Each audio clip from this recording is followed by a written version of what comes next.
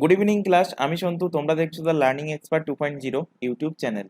তোমাদের সামনে যে প্রাইমারি এক্সাম আসতে চলেছে তার উপরে আজকে পরিবেশবিদ্যার ওপরে মক টেস্ট নাম্বার 5 নেওয়া হবে।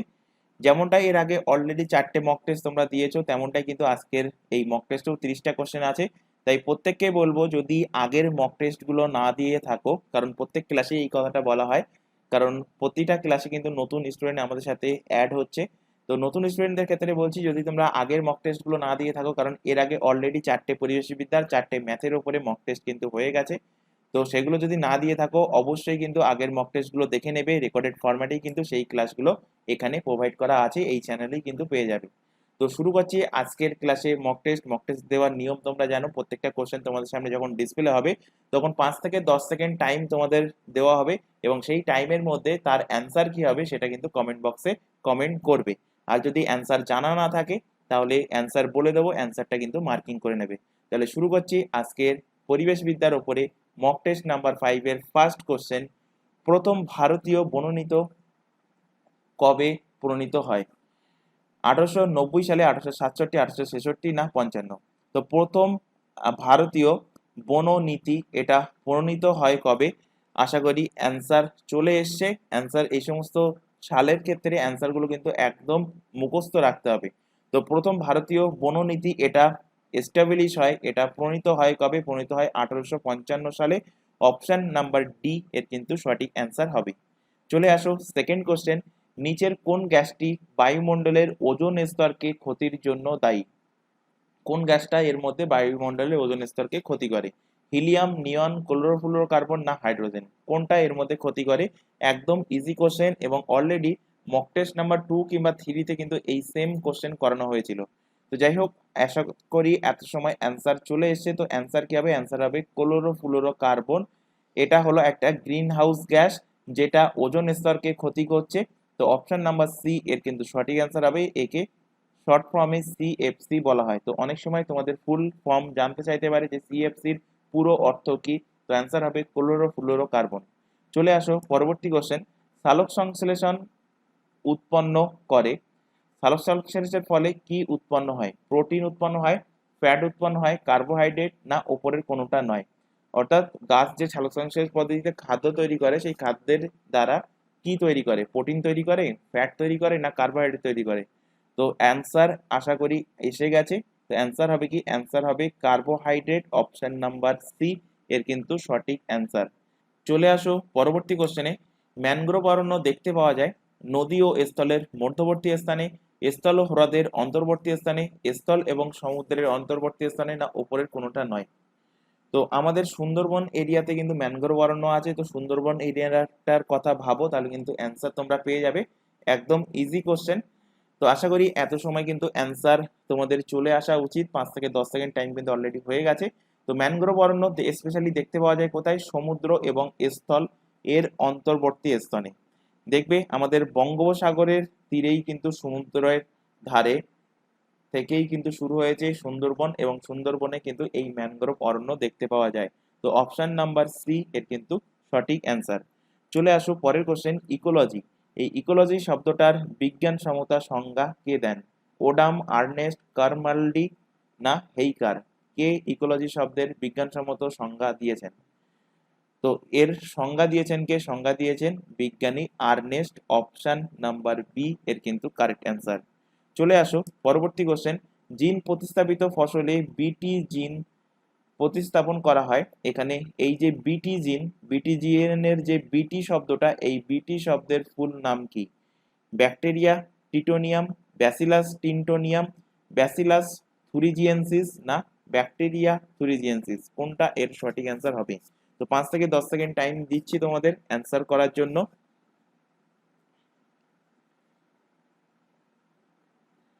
তো আশা করি এত সময় অ্যান্সার চলে আসা উচিত। তো অ্যান্সার কি হবে? অ্যান্সার হবে বি ফর ব্যাসিলাস আর টি ফর থুরিজিয়েন্সিস। তো অপশন নাম্বার সি এর কিন্তু সঠিক অ্যান্সার হবে। বিটি এর ফুল ফর্ম হবে ব্যাসিলিয়াস থুরিজিয়েন্সিস। চলে আসো পরের কোশ্চেন।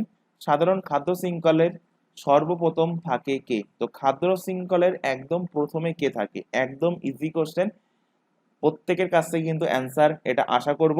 তো অপশন এতে আছে দেখো প্রাথমিক খাদক, অপশন বিতে আছে উৎপাদক, তারপর আছে বিয়োজক, তারপরে আছে প্রাথমিক উৎপাদক। তো সাধারণ খাদ্য শৃঙ্খলের সর্বপ্রথমে কে থাকে? সর্বপ্রথমে থাকে উৎপাদক। অপশন নাম্বার বি এর কিন্তু সঠিক অ্যান্সার হবে। চলে আসো পরবর্তী কোশ্চেন, নিচের কোনটি একটি গ্রিনহাউস গ্যাস নয়? Carbon dioxide, methane, nitrogen dioxide না জলীয় বাষ্প? তো এই সেম কোশ্চেন তোমাদের মক টেস্ট নাম্বার 2 তে কিন্তু করানো হয়েছিল, সেখানে কিন্তু আলোচনা করেছিলাম যে কোনটা কোনটা গ্রিনহাউস গ্যাস। তো এখানে দেখো একদম ইজি কোশ্চেন, এত সময় কিন্তু অ্যান্সার চলে আসা উচিত। তো অপশন এতে দেখো আছে কার্বন ডাইঅক্সাইড, কার্বন ডাইঅক্সাইডের সংকেত হলো CO2 এবং CO2 একটা গ্রিনহাউস গ্যাস। মিথেনের সংকেত হলো CH4 এবং মিথেনও একটা গ্রিনহাউস গ্যাস। জলীয় বাষ্পের সংকেত হলো H2O, অর্থাৎ জলের সংকেতই হলো জলীয় বাষ্পের সংকেত, এবং জলীয় বাষ্পও হলো একটা গ্রিনহাউস গ্যাস।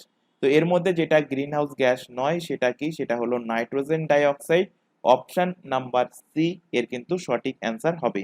চলে আসো পরের কোশ্চেন, গ্রামের পুকুর বাস্তুতন্ত্র বোঝাতে ছাত্রদের কিভাবে শিক্ষা দেবেন? তো পেডাগোগির কোশ্চেন, পরিবেশবিদ্যার উপর থেকে।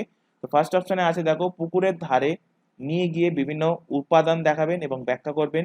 অপশন বিতে আছে দেখো পেশাদার ডুবুরিদের সাহায্য নেবেন। অপশন সিতে আছে পাঠ্য বইয়ে দেওয়া তথ্য পড়ে শেখাবেন, শোনাবেন। আর অভিভাবকদের বলবেন ছাত্রদের পুকুরে নিয়ে যেতে। তো এর মধ্যে চারটে অপশনই পড়েই কিন্তু তোমাদের মনে হতে পারে যে চারটে অপশনই সঠিক। তো এর মধ্যে মোস্ট অ্যাপ্রোপ্রিয়েট যেটা সেটাই কিন্তু অ্যান্সার হবে। তো এর মধ্যে দেখো মোস্ট অ্যাপ্রোপ্রিয়েট কোনটা?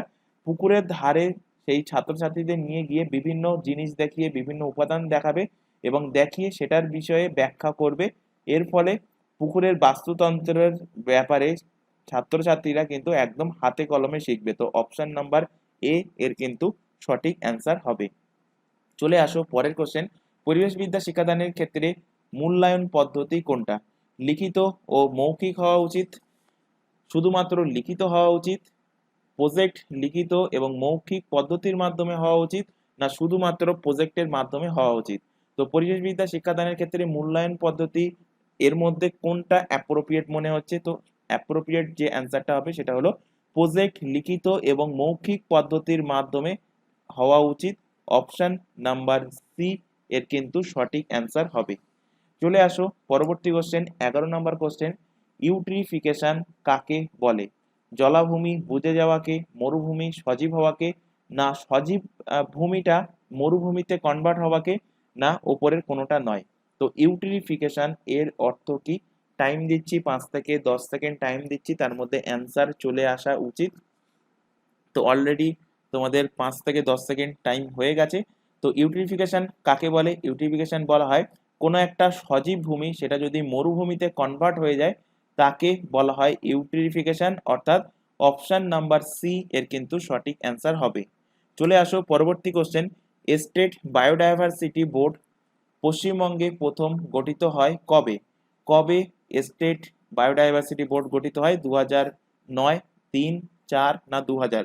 কত সালে স্টেট বায়োডাইভার্সিটি বোর্ড গঠিত হয় পশ্চিমবঙ্গে? তো এখানেও কিন্তু তোমাদের টাইম দিচ্ছি 5 থেকে 10 সেকেন্ড, ইজি কোশ্চেন। তো আশা করি অ্যান্সার চলে এসছে। তো অ্যান্সার হবে কি? অ্যান্সার হবে 2000 সালে। অপশন নাম্বার ডি এর কিন্তু কারেক্ট অ্যান্সার। চলে আসো পরবর্তী কোশ্চেন, আবহাওয়া দ্রুত পরিবর্তনের ফলে যে বায়ু প্রবাহ হয় তাকে কি বলে? আকস্মিক বায়ু, নিয়ত বায়ু, অনিয়ত বায়ু। এখানে একটুখানি টাইপিং মিস্টেক হয়েছে, এটা হবে অনিয়ত বায়ু। অনিয়ত বায়ু না আয়ন বায়ু? তো অ্যান্সার কোনটা হবে? আবহাওয়া যদি দ্রুত পরিবর্তন হয়, যে বায়ু প্রবাহ ঘটে সেটাকে কি বলে? সেটাকে বলা হয় আকস্মিক বায়ু। অপশন নাম্বার এ এর কিন্তু কারেক্ট অ্যান্সার। চলে আসো পরের কোশ্চেন, ইউরোপের আলপাস যে পর্বতাঞ্চল আছে এবং কানাডার যে রকি পর্বতশ্রেণীগুলো আছে তার পূর্বাংশে প্রবাহিত হওয়ার উষ্ণ স্থানীয় বায়ুকে কি বলে? চিনুক, ফন, পম্পেরো না সিরক্কো? তো এখানে তোমাদের বায়ুর ওপর থেকে কিছু কোশ্চেন দিতে পারে। তো আমি এখানে 4-5টা কোশ্চেন কিন্তু রেখেছি বায়ুর ওপর থেকে, পরপরই আছে কোশ্চেনগুলো। তো আশা করি অ্যান্সার চলে এসছে। তো অ্যান্সার কি হবে? অ্যান্সার হবে ফন। অপশন নাম্বার বি এর কিন্তু কারেক্ট অ্যান্সার। চলে আসো পরবর্তী কোশ্চেন, সিসিলিতে শুষ্ক বালুকাপূর্ণ যে বায়ু প্রবাহিত হয় তাকে কি বলে? চিনুক, ফন, পম্পেরো না সিরক্কো? তো সিসিলিতে যে বালি দ্বারা মানে বালুকাপূর্ণ যে বায়ুটা প্রবাহিত হয় তাকে বলা হয় সিরক্কো। অপশন নাম্বার ডি এর কিন্তু সঠিক অ্যান্সার। চলে আসো পরের কোশ্চেন, গিনি উপকূলে একটা শুষ্ক এবং বালুকাপূর্ণ বায়ু প্রবাহিত হয়, তার নাম কি? হারমাট্টান, ফন, পম্পেরো না সিরক্কো? তো সিরক্কো তো হবে না, সিরক্কো এক্ষুনি পড়ে আসলাম। আর অ্যান্সার কোনটা হবে? ফনও হবে না, ফনটাও কিন্তু এক্ষুনি পড়ে আসলাম। তাহলে অ্যান্সার এই দুটোর মধ্যে হওয়া উচিত, হারমাট্টান এবং পম্পেরোর মধ্যে। তো অ্যান্সার কোনটা হবে? অ্যান্সার হবে অপশন নাম্বার এ, হারমাট্টান বলা হয় গিনি উপকূলে যে শুষ্ক এবং বালুকাপূর্ণ যে বায়ুটা প্রবাহিত হয় তাকে বলা হয় কি? হারমাট্টান। চলে আসো পরের কোশ্চেন, এটাও কিন্তু বায়ুর উপর থেকে একটা কোশ্চেন রাখা আছে। মিশরে যে শুষ্ক বালুকাপূর্ণ বায়ু প্রবাহিত হয় তাকে কি বলে? খামসিন, ফম, পম্পেরো না সিরক্কো? তো মিশরে যে বায়ুটা প্রবাহিত হয় তাকে বলা হয় খামসিন বালুকাপূর্ণ বায়ু। তো অপশন নাম্বার এ এর কিন্তু সঠিক অ্যান্সার। চলে আসো পরবর্তী কোশ্চেন, আন্দিজ পর্বত থেকে পম্পাস তৃণভূমির দিকে প্রবাহিত যে স্থানীয় বায়ু, সেই স্থানীয় বায়ুকে কি বলে? খামসিন, ফন, পম্পেরো না সিরক্কো? তো এখানে এর অ্যান্সার হবে পম্পেরো, অপশন নাম্বার সি এর কিন্তু সঠিক অ্যান্সার হবে। চলে আসো পরের কোশ্চেন, পশ্চিম ভারতীয় দ্বীপপুঞ্জে যে আকস্মিক বায়ু প্রবাহিত হয় তার নাম কি? হ্যারিকেন, ফন, পম্পেরো না সিরক্কো? তো অ্যান্সার হবে কি? অ্যান্সার হবে হ্যারিকেন, অপশন নাম্বার এ এর কিন্তু সঠিক অ্যান্সার হবে। তো বায়ুর উপর থেকে এই যে 5টা 6টা কোশ্চেন রাখা হয়েছিল, এই কোশ্চেনগুলো কিন্তু ভেরি ভেরি ইম্পর্টেন্ট। কোথায় কোন বায়ুর নাম কি দেওয়া আছে বা কি আছে সেটা কিন্তু অবশ্যই মুখস্থ করবে। চলে আসো পরের কোশ্চেন, দক্ষিণ চীন সাগরে যে আকস্মিক বায়ু প্রবাহিত হয় তাকে কি বলা হয়? টাইফুন, ফন, পম্পেরো না সিরক্কো? তো অ্যান্সার হবে টাইফুন বলা হয় দক্ষিণ চীন সাগরের বায়ুকে। তো অপশন নাম্বার এ এর কিন্তু সঠিক অ্যান্সার। চলে আসো পরের কোশ্চেন, ইকোসিস্টেম কথাটার প্রচলন কে করেন? ট্যান্সলে, রিচার্ড ব্র্যাডলি, ডারউইন না ম্যালথাস? কে ইকোসিস্টেম কথাটার প্রচলন করেন? তো আজকের ক্লাসে একটা কোশ্চেন রেখেছিলাম যে ইকোলজির কথাটার সংজ্ঞা কে দেন বা প্রবর্তন কে করেন, সেখানে বলেছিলাম আর্নেস্ট। আর যদি কোশ্চেন দেয় যে ইকোসিস্টেম, আশা করি এত সময় অ্যান্সার চলে এসছে। ইকোসিস্টেমের কথাটার প্রচলন শুরু করেছিলেন কে? শুরু করেছিলেন ট্যান্সলে, অপশন নাম্বার এ এর কিন্তু সঠিক অ্যান্সার। চলে আসো পরের কোশ্চেন, পৃথিবীর শতকরা কত শতাংশ বনভূমি আছে? 30%, 23%, 20% না 25%? তো পৃথিবীর শতকরা বনভূমি কতটা আছে? ইজি কোশ্চেন, আশা করি এত সময় অ্যান্সার চলে এসছে। অ্যান্সার কি হবে? অ্যান্সার হবে 30% কিন্তু বনভূমি আছে পৃথিবীর। তো option number A correct answer. চলে আসো পরের কোশ্চেন, 23 নম্বর কোশ্চেন, নিরক্ষীয় যে চিরহরিত বনভূমি, এই নিরক্ষীয় চিরহরিত বনভূমিকে কি বলা হয়? সালভা, সেলভা, চিরহরিত না ওপরের কোনোটা নয়? তো নিরক্ষীয় অঞ্চলে যে চিরহরিত বনভূমি একে কি বলে? তো 5 থেকে 10 সেকেন্ড টাইম দিচ্ছি অ্যান্সার করার জন্য। অ্যান্সার কি হবে সেটা তোমরা অবশ্যই কিন্তু কমেন্ট করবে। তো নিরক্ষীয় অঞ্চলের যে চিরহরিত বনভূমি তাকে বলা হয় সেলভা, অপশন নাম্বার বি এর কিন্তু সঠিক অ্যান্সার হবে। চলে আসো পরবর্তী কোশ্চেন, সরলবর্গীয় বনভূমিকে কি বলে? সালভা, সেলভা, চিরহরিত না ওপরের কোনোটা নয়? তো সরলবর্গীয় যে বনভূমি তাকে এর মধ্যে কোনোটাই বলা হয় না, সালভাও বলা হয় না, সেলভাও বলা হয় না, এবং সেলভা তো এক্ষুনি বললাম নিরক্ষীয় অঞ্চলে বনভূমিকে বলা হয়, আর চিরহরিত কিন্তু বলা হয় না। তো এখানে অ্যান্সার হবে ওপরের কোনোটা নয়, অপশন নাম্বার ডি এর কিন্তু সঠিক অ্যান্সার হবে। চলে আসো পরবর্তী কোশ্চেন, ক্রান্তীয় অঞ্চলের বৃক্ষহীন তৃণভূমিকে কি বলে? সালফা, সেলভা, চিরহরিত না সাভানা? তো ক্রান্তীয় অঞ্চলের যে বৃক্ষহীন তৃণভূমি সেই তৃণভূমিকে বলা হয় সাভানা তৃণভূমি, অপশন নাম্বার ডি এর কিন্তু কারেক্ট অ্যান্সার হবে। চলে আসো পরের কোশ্চেন, মৃতজীবী খাদ্য শৃঙ্খলকে কি বলা হয়? ডেট্রিটাস খাদ্য শৃঙ্খল, পরজীবী খাদ্য শৃঙ্খল, মিথজীবী না ওপরের কোনোটা নয়? তো মৃতজীবী যে খাদ্য শৃঙ্খল মৃতজীবীদের, সেই খাদ্য শৃঙ্খলকে কি বলে? সেটাকে বলা হয় ডেট্রিটাস খাদ্য শৃঙ্খল, অপশন নাম্বার এ এর কিন্তু কারেক্ট অ্যান্সার। চলে আসো পরের কোশ্চেন, প্রাথমিক পর্যায়ে খাদক কারা? মাংসাশী প্রাণী, তৃণভোজী প্রাণী, সর্বভুক প্রাণী না ওপরের কোনোটা নয়? তো প্রাথমিক পর্যায়ে যারা খাদক তাদেরকে বলা হয় তৃণভোজী প্রাণী, অপশন নাম্বার বি এর কিন্তু সঠিক অ্যান্সার হবে, কারণ এরা উৎপাদকদের কিন্তু খাদ্য হিসাবে গ্রহণ করে এই তৃণভোজী প্রাণীরা। তো অপশন নাম্বার বি এর সঠিক অ্যান্সার হবে। চলে আসো পরবর্তী কোশ্চেনে। বিভিন্ন খাদ্য শৃঙ্খলের একসঙ্গে সংযোগ সৃষ্টি করে অবস্থানকে কি বলা হয়? খাদ্যজালক, জটিল খাদ্য শৃঙ্খল, খাদ্য স্তর, না ওপরের কোনোটা নয়? তো এখানেও আমি 5 থেকে 10 সেকেন্ড টাইম দিচ্ছি অ্যান্সার করার জন্য।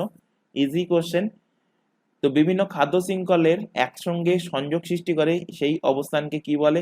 বলা হয় খাদ্য জালক। তো অপশন নাম্বার এ এর কিন্তু সঠিক অ্যান্সার হবে। চলে আসো পরবর্তী কোশ্চেন। ভূপৃষ্ঠের কোনো নির্দিষ্ট অঞ্চলে কোনো নির্দিষ্ট প্রজাতির সজীব পদার্থের যে মোট ভর তাকে কি বলে? বায়ুভর, জীবভর, প্রজাতিভর, না ওপরের কোনোটা নয়? এখানেও আমি 5 থেকে 10 সেকেন্ড টাইম দিচ্ছি অ্যান্সার করার জন্য।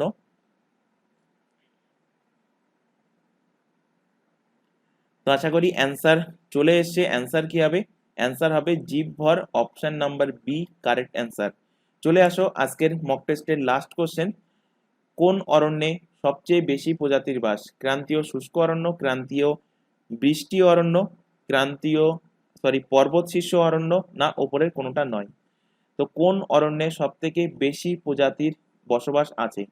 তো সবথেকে বেশি প্রজাতির বসবাস আছে ক্রান্তীয় বৃষ্টি অরণ্যে, অপশন নাম্বার বি এর কিন্তু সঠিক অ্যান্সার হবে। তো আশা করি আজকের এই ক্লাসে যে 30টা কোশ্চেন রাখা হয়েছিল এর মধ্যে কিছু কোশ্চেন মনে হতে পারে যে তোমাদের পরপর একই টাইপের কোশ্চেন রাখা হয়েছে। তো একই টাইপের কোশ্চেন আমি এক জায়গায় রেখেছি যেহেতু তোমাদের মুখস্থ হতে পারে। সেখানে 3টে ছিল তৃণভূমির ওপর থেকে কোশ্চেন, আর 5 থেকে 6টা কিন্তু কোশ্চেন ছিল তোমাদের বায়ুর ওপরে, মানে কোথায় কোন প্রকার বায়ু প্রবাহিত হয় তার উপরে কোশ্চেন। তো এইগুলো কিন্তু এক জায়গায় রাখার একটাই কারণ, যাতে করে তোমাদের একসাথে জিনিসগুলো পেয়ে যাও বা একসাথে মুখস্থ করতে পারো। তো আজকের ক্লাসে যদি ভালো লেগে থাকে ক্লাসের যে কোশ্চেনগুলো, তো অবশ্যই ক্লাসটাকে কিন্তু লাইক করবে, তোমার বন্ধু বান্ধবের মধ্যে শেয়ার করবে, আর যদি ক্লাসে কোথাও ডাউট থাকে অবশ্যই কমেন্ট বক্সে কমেন্ট করে জানাবে। তো আজকের ক্লাস আমরা এখানে শেষ করছি। আজকের ক্লাস এই পর্যন্ত। নেক্সট দেখা হবে পরবর্তী ক্লাসে পরবর্তী মক টেস্ট নাম্বার 6 নিয়ে। তো আজকের ক্লাস এই পর্যন্ত। Thank you.